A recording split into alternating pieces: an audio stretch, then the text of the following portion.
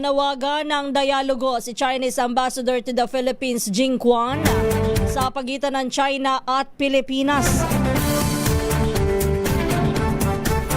Layo nito na maayos ang hindi pagkakaunawaan, partikular na sa usapin ng West Philippine Sea. Sa kanyang talumpati sa isang Lunar New Year reception, sinabi ni Jing na bagamat madaling manalo sa isang komprontasyon laban sa mas maliit na bansa, maaari naman ito magdulot ng matagalang pinsala. Tiit niya, mas mainam pa rin na upuan at pag-usapan ng issue. Samantala, pinuna naman ni Jing ang pagpapakalat umano ng maling impormasyon ng ilang individual na nagpapaalala lamang o nagpapalala lamang ng tensyon sa pagitan ng Pilipinas at China. Magugunitang noong Lunes, inaprubahan na sa Senado ang isang resolusyon na kumukondena sa mga undiplomatic remarks ng ilang opisyal ng Chinese Embassy laban sa mga Pilipinong opisyal na nagsusulong ng soberanya ng Pilipinas. Balitang Proudie! Samantala, hindi naman daw saklaw ng Pilipinas ang mga polisiya ng China. Yan naman ang naging tugon ng Malacanang ng mahinga ng reaksyon sa pagbabawal ng China sa 16 na opisyal ng kalayaan LGU na makapasok sa kanilang bansa at mga teritoryo. Inanunsyo ito ng China matapos na ideklara ang kalayaan LGU Chinese Ambassador to the Philippines, Jing Quan, bilang persona non grata. Sa press briefing, sinabi ni Palace Press Officer Claire Castro na hindi na saklaw ng Pilipinas ang desisyong ito ng China, tulad ng hindi rin dapat pakikialam ng China sa anumang desisyon ng Administrasyong Marcos. Samantala, sabi ng palasyo, iginagalang pa rin ng Pangulong Ferdinand Marcos Jr. ang kalayaan sa pagpapahayag ng Senado, tulad ng pagrespeto nito sa pagpapahayag ng China at ng bawat Pilipino. Ito ang sagot kaugnay po ng pagkondena ng China sa Senate resolution na nagkukondena rin sa mga pahayag ng Chinese Embassy laban sa Filipino officials na kumukontra sa aksyon ng Beijing sa West Philippine Sea. Balitang Proudie! Yun kayang panawagan ni Chinese Ambassador to the Philippines, Jing Quan, na ay bukal sa puso. May layon nga kaya na maayos ang gusot sa pagitan ng dalawang bansa. Kung sakaling ang pagbigyan may maaayos nga kaya. Sana naman. Kasi in fairness naman ho dun sa mga presidente ng China, yung mga ordinaryong mamamayan ng China, hindi man lahat, pero marami pa rin naman sa kanila yung hindi naman na kumbaga aware doon sa nangyayari, pero kumbagay hindi sila nakikisali doon sa gusot na yan. Mababait din naman yung ilang mga residente at mamamayan ng China. Nga lamang pagdating sa usapin ng teritoryo, yung mga matataas na opisyales na ng China ang dapat talagang makaharap sa isang pagpupulong upang malaman ano ba talaga, kuya, ano bang solusyon upang tayo ay hindi magbangayan sa issue ng aming teritoryo.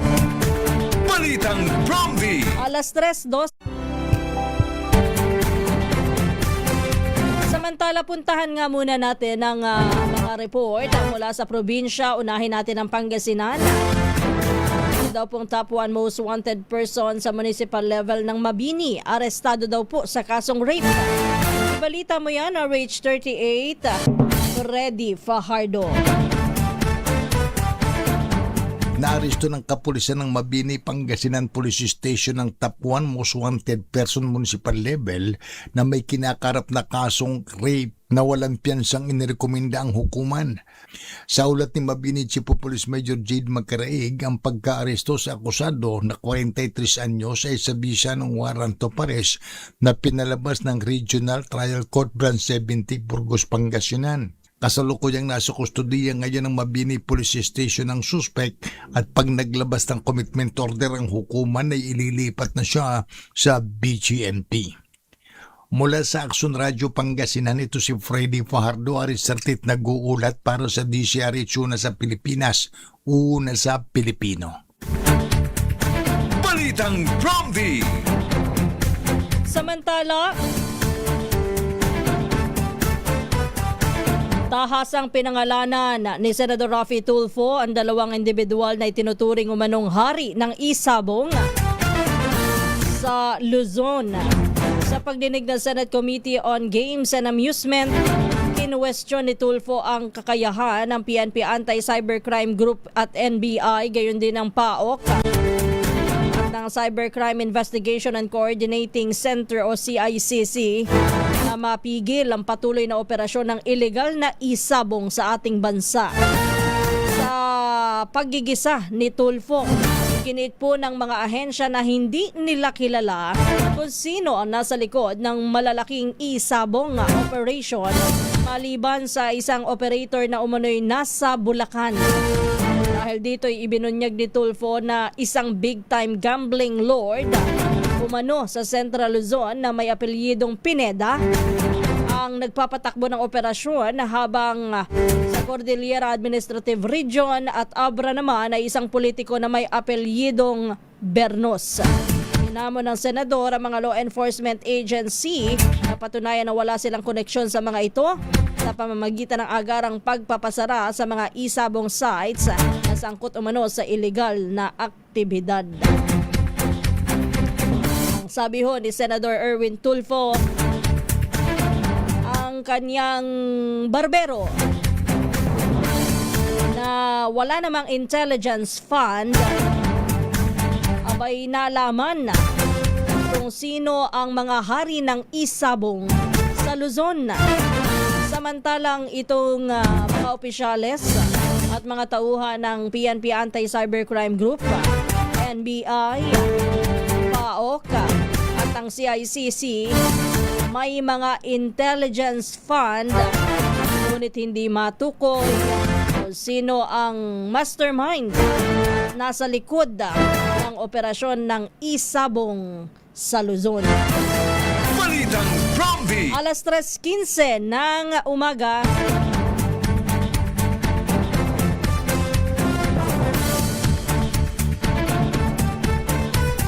Bigo naman ang kampo ni Senador Ramon Bong Revilla Jr. na mapagbigyan ng Sandigan Bayan sa hirit na mag-inhibit sa kasong graft at malversation na kanyang kinakaharap pa ang isa sa mga mahistrado ng Anti-Graft Court na si Associate Justice Carl Miranda.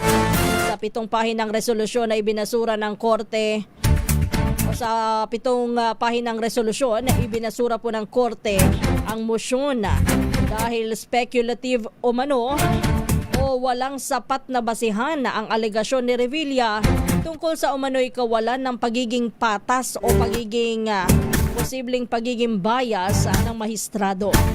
Paliwanag ng korte, hindi napatunayan ng kampo ni Revilla ang anumang ebidensya ng pagiging bias o pagkakaroon ng masamang intensyon o katiwalian. Ang hiling po ni Revilla ay nakabatay sa ugnayan ni na Justice Miranda sa kanyang kapatid na si Attorney Buenaventura Miranda. Na abogado naman ng dating Undersecretary na si Roberto Bernardo sa Senate Blue Ribbon Committee hearings. Pero iit po ng Sandigan Bayan, ang kapatid ng mahistrado ay hindi naman partido o abogado sa kasalukuyang kaso at si Bernardo ay isa lamang testigo. Ang kaso ay may kaugnayan sa umano'y anomalya sa 92.8 milyong pisong flood control project sa Pandi, Bulacan. Na ayon sa ombudsman ay ay isang ghost project. Samantala, itinakda na sa February 16 ang arraignment ni Revilla sa kasong malversation. Balitang Bromby! Alas 3:18, balikan natin mga balita mula sa probinsya. Puntahan natin ang Central Luzon. Standby Danny. Diyan po sa lalawigan ng Bataan, 2 individual na aresto daw po sa buy-bust operation sa bayan ng Limay. Ibalita mo yan, RH37, Danny Kumilang. Matagumpay na naaresto ng Station Drug Enforcement Unit ng mga tauhan ni Limay Chief of Police Major Jimmy Albert Dicen ang 2 individual sa ikinasang drug buy-bust operation sa Barangay Lamao, Limay, Bataan. Ang mga nadakip ay nakumpiska ng ilang pakete ng hininalang shabu na nasa 5.18 gramo na nagkakalaga ito sa 35,224 pesos, isang pouch, isang cellphone at isang Isuzu SkyDrive na motorsiklo at nabawi din ang ginamit na buy-bust money. Nabatid na ang isa dito ay bagong laya lamang dahil sa ibinigay na probation na ipinagkaloob ng korte. Ang mga naarestong suspect at lahat na nakumpiskang ebidensya ay dinala sa Limay Municipal Police Station para sa wastong dokumentasyon at pagsasampa ng kaukulang kaso. Ang tagumpay na operasyong ito ayon kay Police Major Jimmy Albert Dicen ay bahagi ng pinaigting nilang tuloy-tuloy na kampanya laban sa illegal na droga upang mapanatili ang kaligtasan ng komunidad at kapayapaan sa bayan. Danny Kumilang, RH37, DCRH, una sa Pilipinas, una sa Pilipino.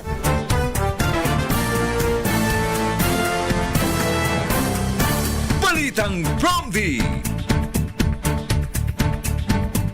Samantala, naibenta na ang Rolls Royce Cullinan ng pamilya Diskaya sa halagang 29,026,000 pesos matapos ang ikatlong public auction ng Bureau of Customs sa Port of Manila.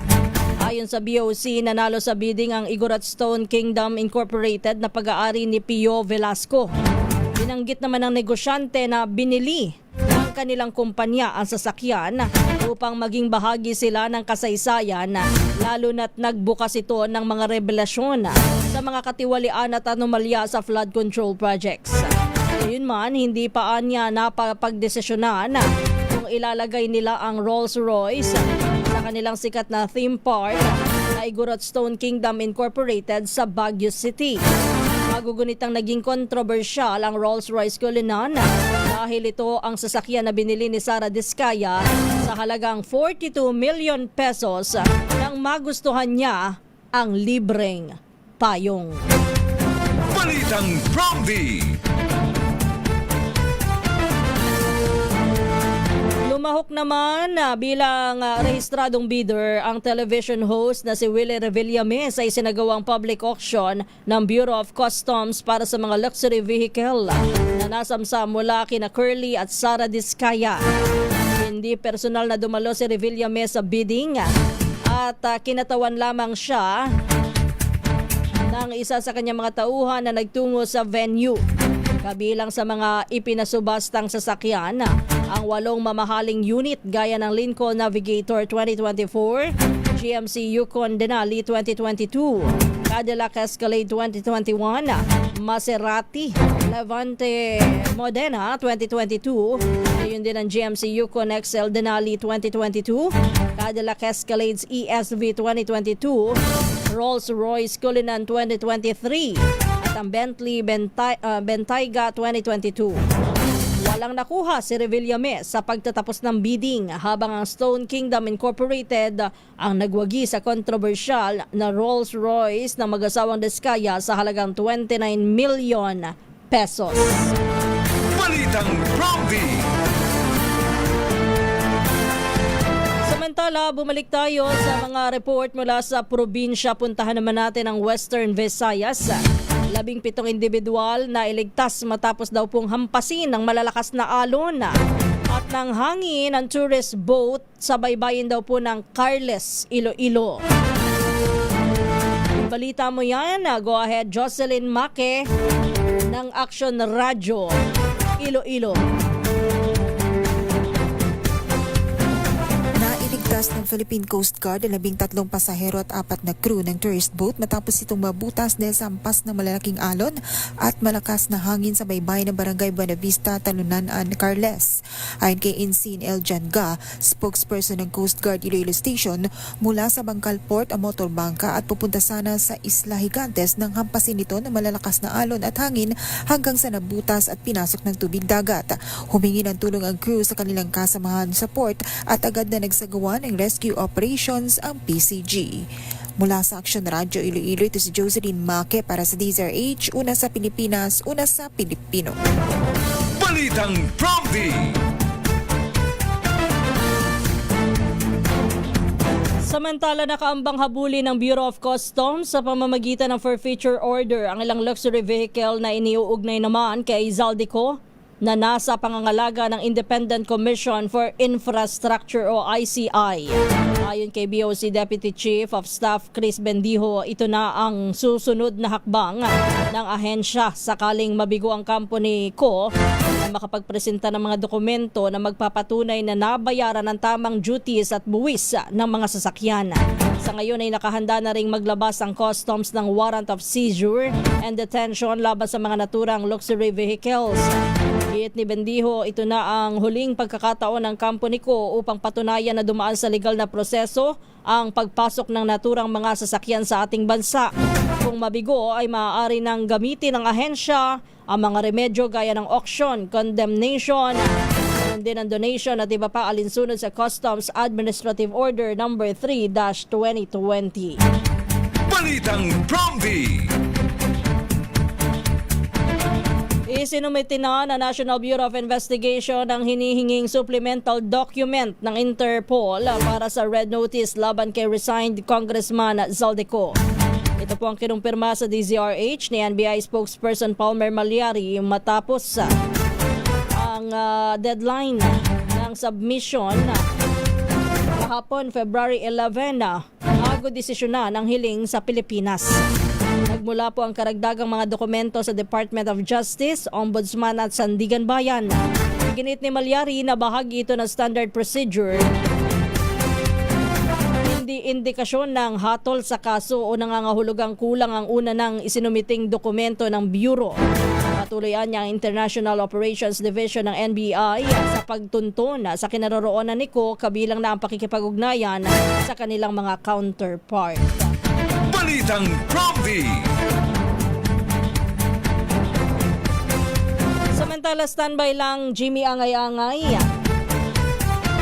Pasado ng ika-3 trilyon peso march na itinakda sa ika-40 anibersaryo ng People Power Revolution sa February 25.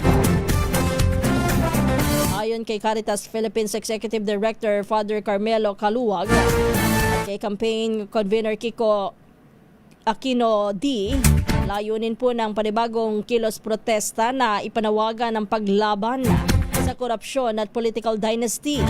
May tema ang 3 trillion peso march na tayo ang people power laban sa korupsyon at dinastiya noon, ngayon at bukas. Samantala, magsasagawa naman ng prayer march ang Simbahang Katolika mula EDSA Shrine hanggang sa Club Filipino mula alas 7 ng umaga hanggang alas 10 ng umaga sa February 25. Ngunit ang main program nito, gaganapin pa sa alas 3 ng hapon sa People Power Monument. Nasusundan naman ng isang high mass na pangungunahan ni Lingayen Dagupan Archbishop Socrates Villegas. Inaasahang kahalintulad din na aktibidad ang gagawin ng 86 na diocese ng Simbahang Katolika sa buong bansa. Balitang Prompty. Tiniyak naman ng House Committee on Justice na parehong pamantayan tulad ng kay Pangulong Ferdinand Marcos Jr. ang kanilang gagamitin sa pagtalakay sa impeachment complaint laban kay Vice President Sara Duterte. Ito po ay makaraang aprobahan ng plenaryo ang ulat ng Justice Committee na nagre-rekomendang ibasura ang 2 impeachment complaint laban sa Pangulo dahil sa kakulangan ng substansya ng naturang reklamo. Ayon kay House Committee on Justice Chairperson Representative Jervil Luistro, tiyak na magiging patas at pareho ang proseso ng komite sa pagsusuri kung sapat sa forma at substansya ang mga reklamo laban kay VP Sara. Gayunman, nilinaw niya na ang impeachment complaint laban kay Duterte ay hindi pa naipadadala sa Justice Committee. Anya, kailangan muna na i-refer ng plenaryo ang mga reklamo bago ito masimulang talakayin ng komite. Dagdag ni Luistro, ang mga reklamo ay nasa Office of the Speaker pa at may 10 session days pa umano ito upang maisama sa order of business.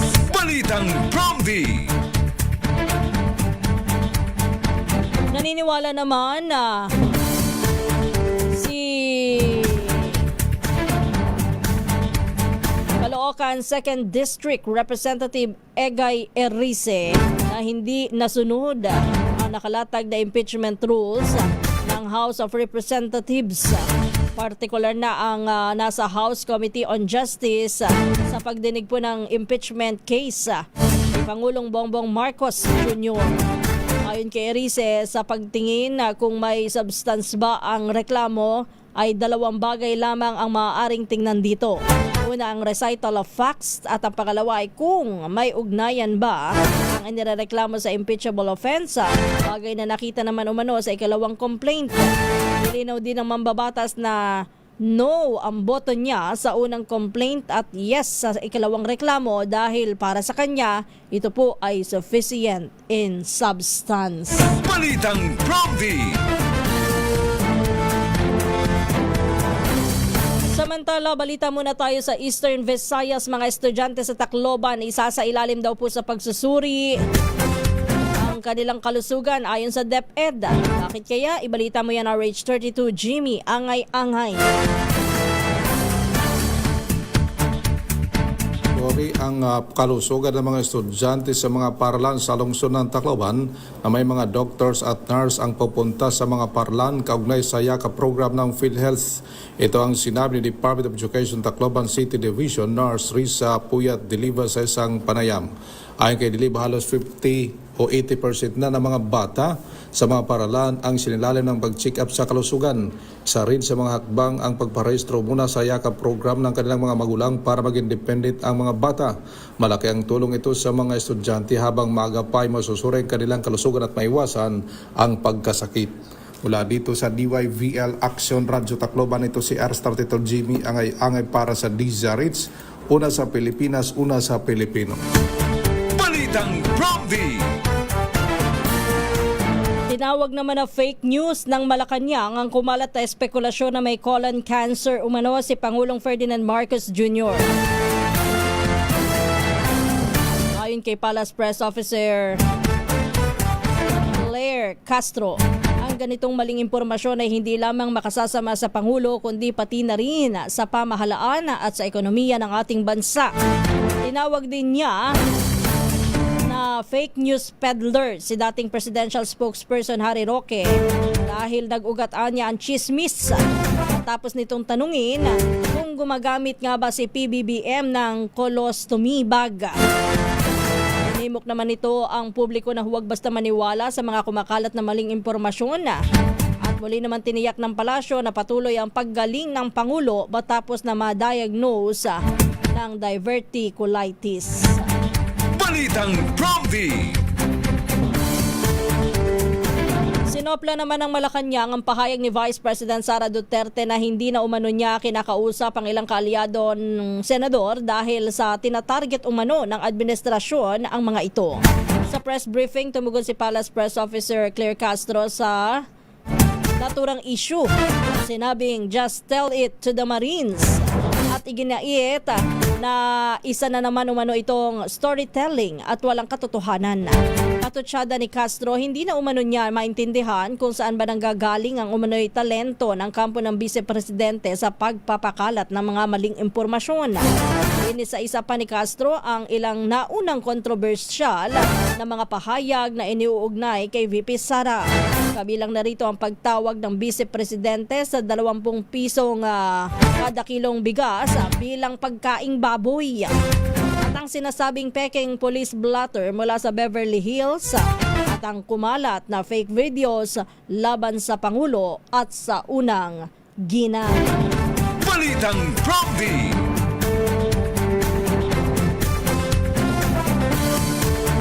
Tinatayan na nasa 5 sa bawat 10 Pinoy ang kontento sa trabaho ni Vice President Sara Duterte. Ayon sa survey ng Social Weather Station noong Nobyembre 2025 na itala sa 54%. Ang satisfaction rating ng Vice Presidente habang 26% naman ang dismayado para sa net satisfaction rating na moderate positive 28%. 18% ng respondent ang undecided. Sa kabuuan ng net satisfaction score ni VP Sara ay tumaas ng 6 na puntos mula sa moderate na positive 22 noong September na nakalipas na taon. Samantala, nakapagtala naman ng 40% na satisfaction rating si Pangulong Marcos sa kaparehong survey habang 43% ang hindi kontento para sa net satisfaction rating na negative 3. Balitang Prompty. Standby, Jane Galit Bantayan. Nagbabala naman ang Department of Foreign Affairs laban sa pagtanggap ng alok na maging mandirigma sa ibang bansa. Ayon sa DFA, maaaring mawala ang citizenship ng sinumang Pinoy na papayag na ma-recruit bilang miyembro ng Foreign Armed Forces. Ginawa po ng ahensya ang warning matapos na mapaulat na isang Pilipino mula sa Alcala, Pangasinan ang nadakip ng Ukraine habang nakikipaglaban sa panig ng Russian forces. Napag-alaman na wala sa database ng OWA at maging ng Department of Migrant Workers o DMW ang tinutukoy na kababayan na sinasabing prisoners of war ngayon sa Ukraine. Pinag-aaralan na ng DFA kung paano nakalabas ng bansa ang naturang Pilipino at kung paano siya maikababalik pa sa Pilipinas. Balitang Prompty. Alas 3:34 na po ng umaga. Balikan natin ang mga report mula sa probinsya. Puntahan natin ang Northern Samar. Yan daw pong mga dating rebelde na nagbalik loob sa gobyerno. Diyan sa Pambuhan na nakatanggap daw po ng tig 5,000 piso mula sa pamahalaan. Ibalita mo yan na RH34 Jane Galit Bantayan. Tumanggap naman ng tulong ang mga dating rebelde ng bayan ng Pambuhan Northern Samar mula sa Municipal Social Welfare Development Office Pambuhan, katuwang ang 2nd Northern Samar Provincial Mobile First Company. Tumanggap ang mga ito ng immediate cash assistance. Ang seremonya ay sinagawa kahapon sa bayan ng Pambuhan Northern Samar. Sa isang simpleng seremonya, ipinagkaloob ng gobyerno ang tulong pinansyal na nagkakahalaga ng 5,000 pesos sa naturang individual bilang suporta sa kanilang pagsisimula ng bagong buhay sa komunidad. Ayon kay Police Lieutenant Colonel Joel Nietzsche, patuloy ang tulong ng gobyerno sa mga nagnanais bumalik sa mapayapang pamumuhay. Nais naman matiyak ng gobyerno na hindi na sila muling mahihikayat pa na bumalik sa dating buhay sa pamamagitan naman ng pagkikipagtulungan ng lokal na pamahalaan at kapulisan kung saan layunin na bigyan ng mga ito ng bagong pagkakataon upang makapagsimula muli. Samantala, nagpahayag naman ng pasasalamat ang mga dating rebelde sa natanggap nilang tulong at nangakong magiging isang mabuting miyembro ng komunidad. Patuloy na hinihikayat ng PNP at ng MSWD o Pambuhan Northern Samar ang iba pang nalalabing rebelding grupo na magbalik loob na sa pamahalaan at samantalahin ang mga programang inihanda para sa kanila sa pagbabago ng kanilang buhay. Mula sa Aksyon Radyo Katarman, RH34 Jane Galit Bantayan ng DZRH. Una sa Pilipinas, una sa Pilipino. Balitang Prompty. Maraming salamat, Jane Galit Bantayan. Standby lang, June Suter. Samantala, isinusulong ni Bulacan 6th District Representative Salvador Cador Pleito ang pagpasa ng House Bill number 302 o panukalang batas na naglalayong ipagbawal ang pagdetain o pagpigil ng mga ospital, morgue at funeral parlor sa mga bangkay dahil lamang sa hindi nababayarang gastusin.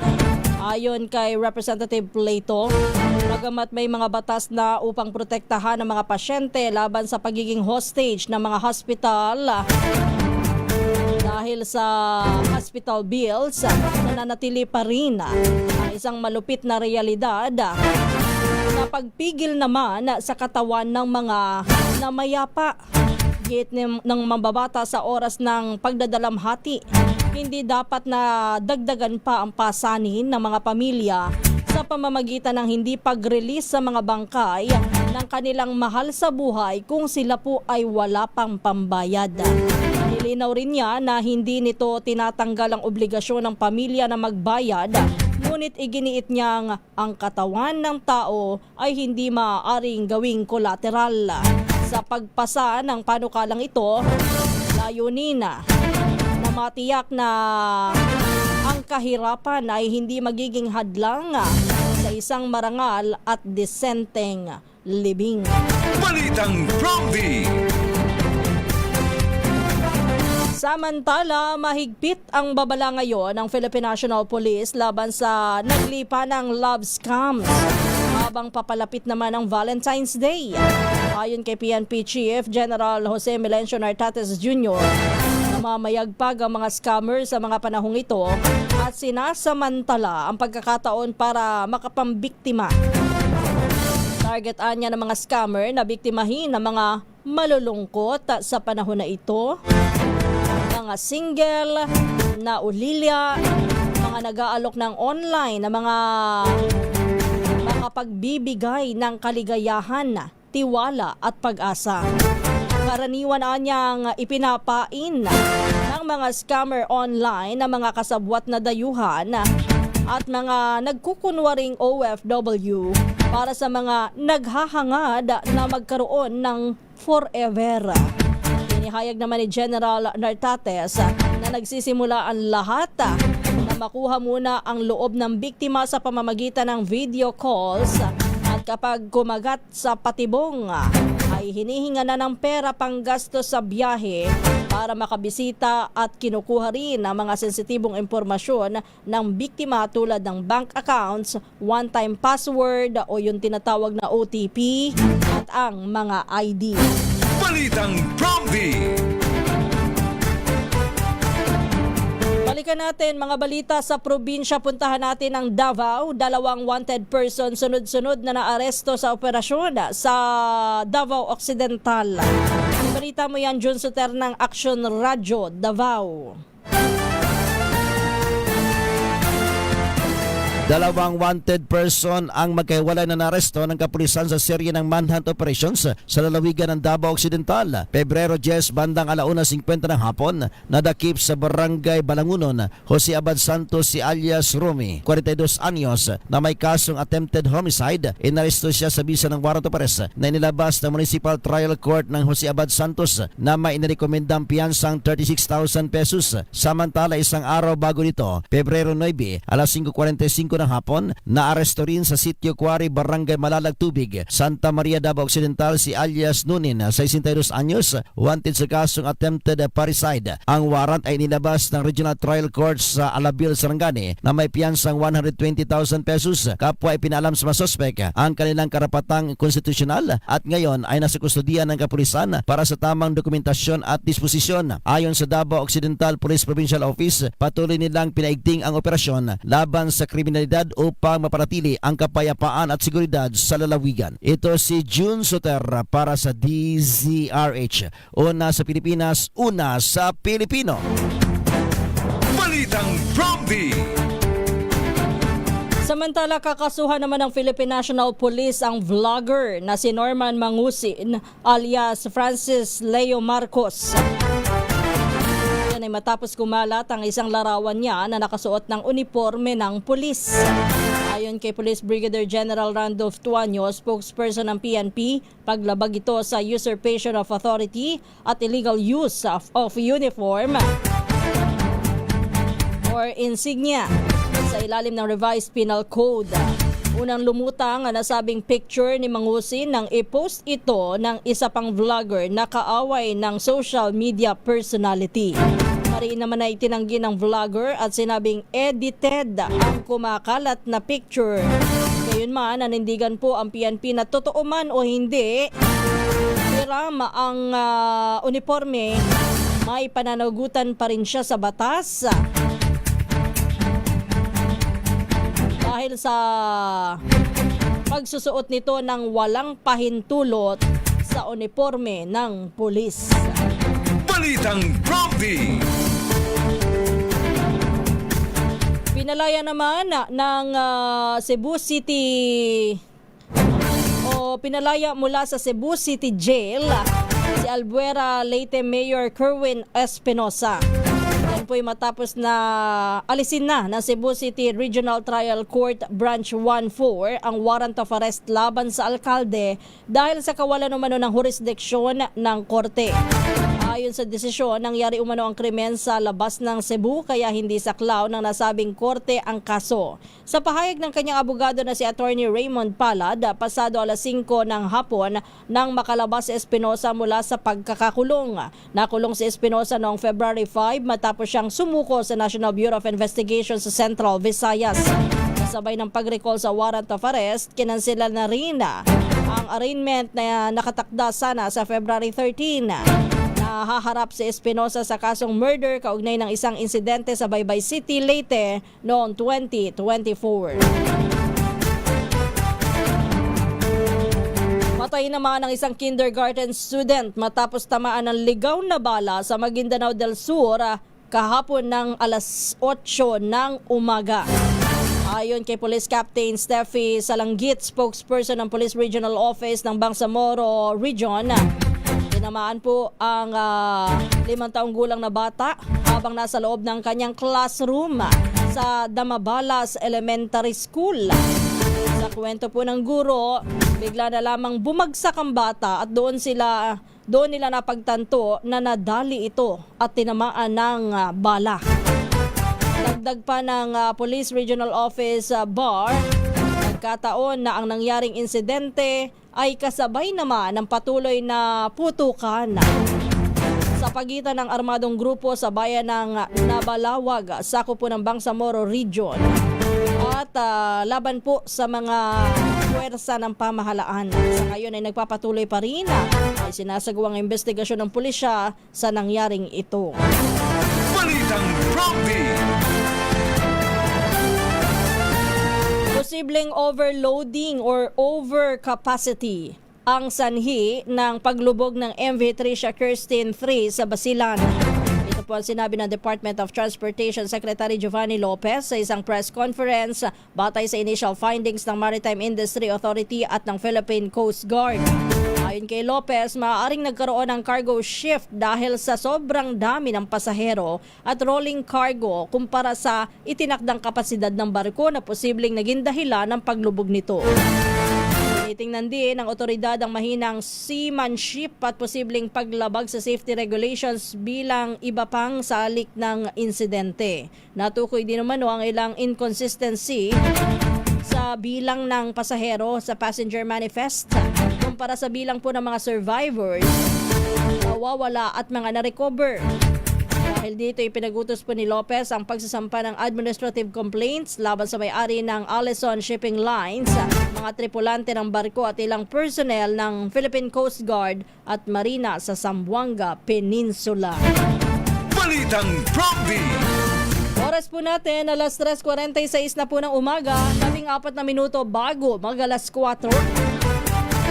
Diyan na po nagtatapos ang ating balitaan dito po sa Balitang Prompty. Tayo ho ay dadako na sa pangalawang bahagi ng ating programa, ang ating batian at talakayan.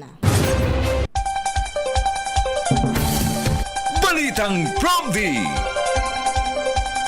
Muli, isang magandang umaga po ang ating pagbati sa lahat ng mga nakikinig, nanonood at nakatutok ngayon dito sa ating programa. Ito nga po ang Balitang Prompty. Ngayon po ay araw ng Huwebes, February 12, 2026. Naku ngayon ho ay Thursday, bukas ay Friday, bisperas ng Valentine's Day. Kaya for sure, marami sa mga magdi-date bukas, ina-anticipate na baka maraming tao sa Valentine's Day. Yung iba naman ho baka sasabihin na, ay Friday, swell day pa, baka maraming tao din ng bisperas. Yung iba dyan, ngayong araw na ito na magde-date. Diba? Yung mga ayaw sumabay sa maraming tao. Yung mga nagliligawan. Abay, for sure, ngayon ding araw na ito magde-date. Hindi pala for sure.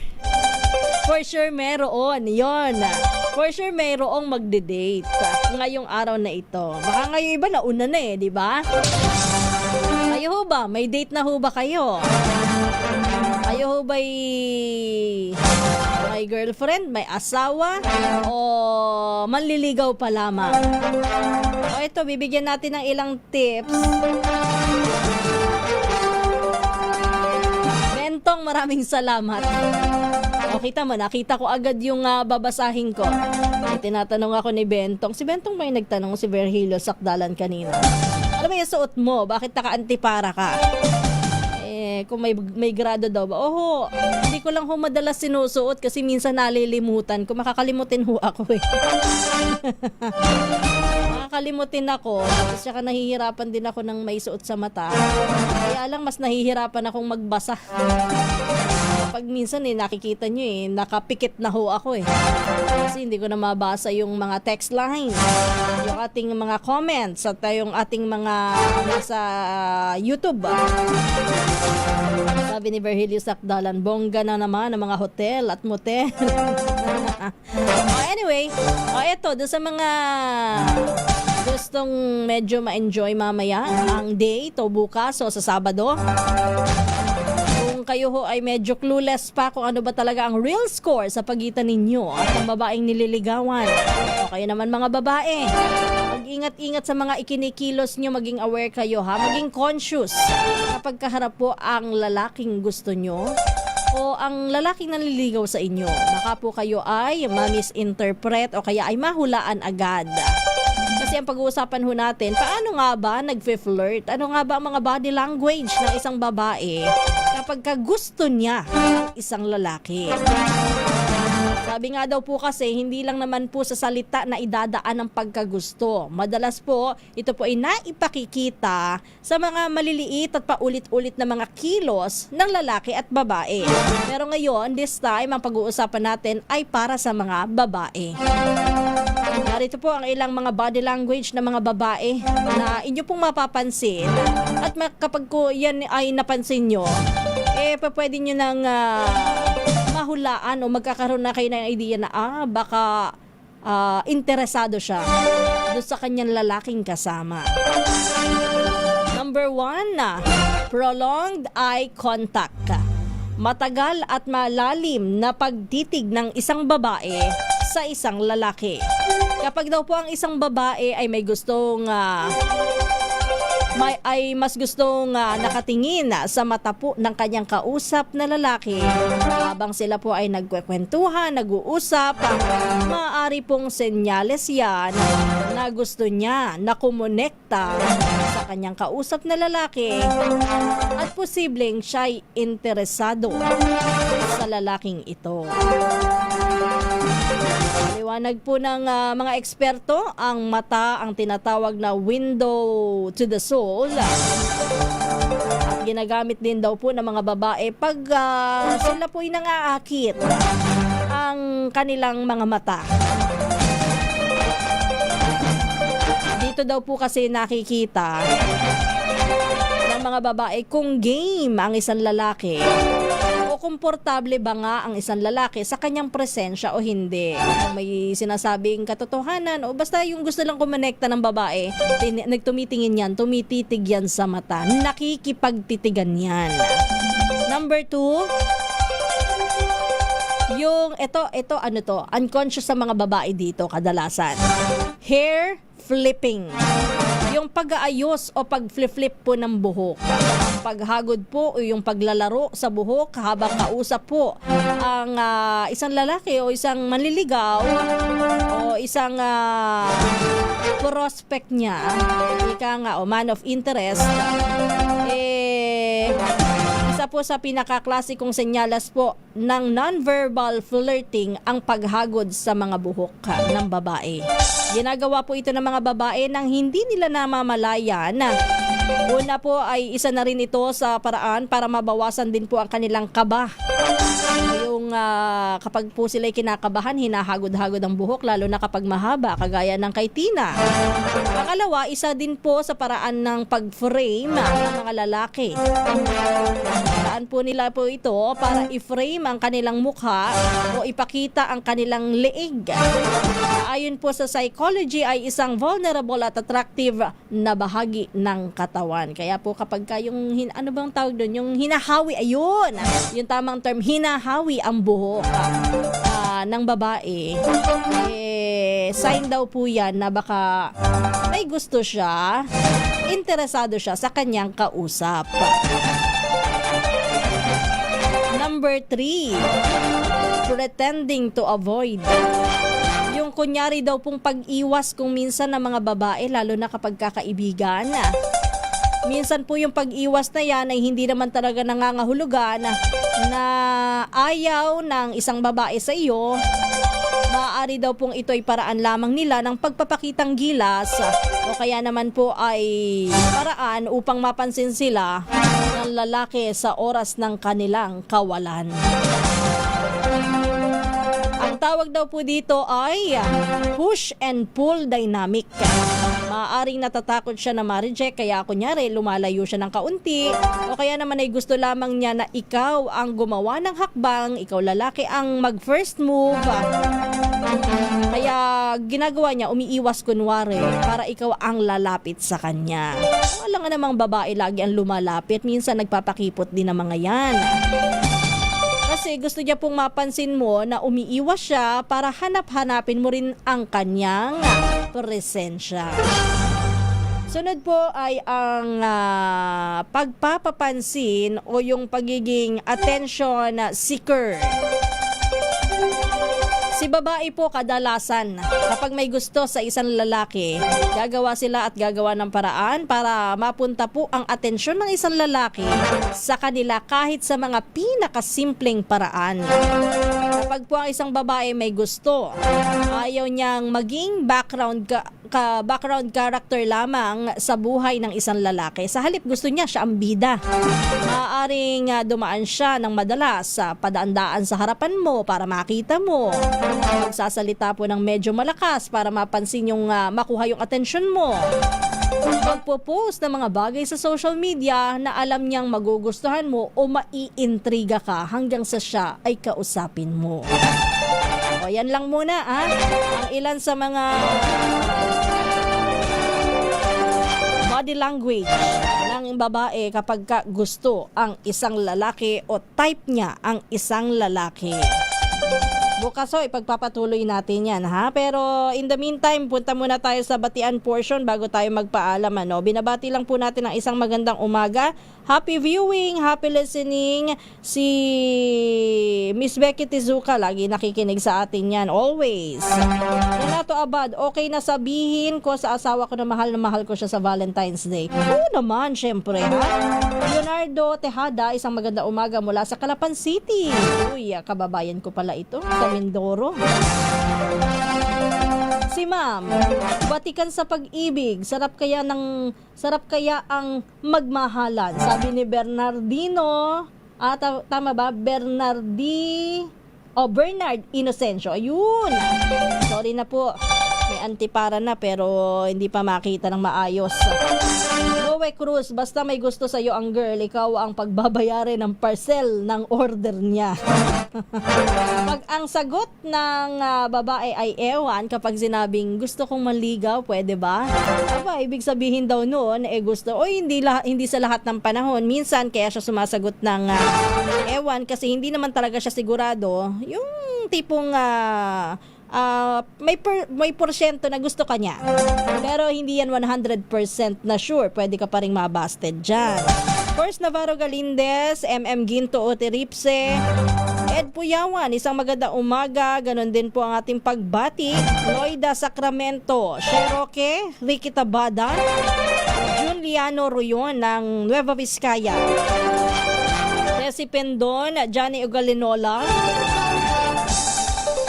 Salvacion Escobar, Abdul Sayaf, Hil Bragais, good morning. Pakibati daw po ng happy birthday kay Ada Badilla ng Divina Gracia, La Paz, Iloilo City, galing kay Angelita Gonzales.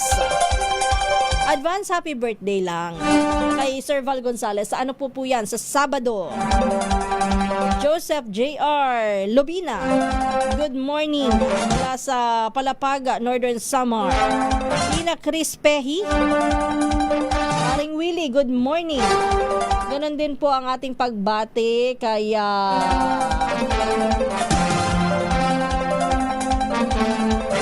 Jun Oliveros yan. Ganon din kay Bentong, good morning. Ma'am Evan lang, good morning sa iyo, ha? At ganon din kay Vincent Saraspe. Sa mga hindi ko po nabati, nako, pasensya na po, pero wala na po tayong oras. Bukas, siguro, ano ba bukas? Friday? Sige, ibibigay natin yung ating time para sa batian portion, lalo na bukas ay bisperas ng Valentine's Day.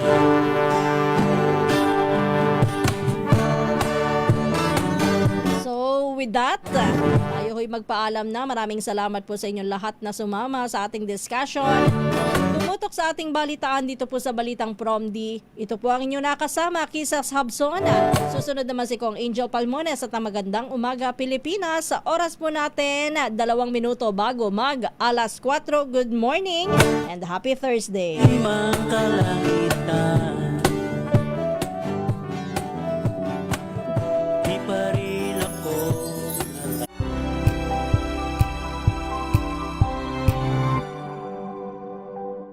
Sa loob ng 86 na taon, DZRH ang naging kaagapay ng mga Pilipino sa balita, sa serbisyo at sa bawat kwento.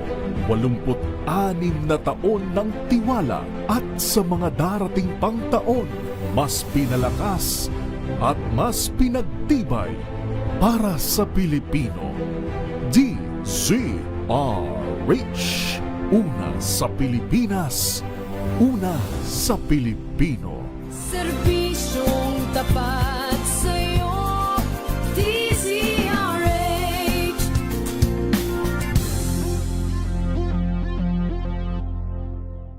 Maagang balitaan, maagang usapan sa mga issue at balita. Kasama si Kuya Angelo Palmones sa Magandang Umaga Pilipinas. Mula Lunes hanggang Biyernes.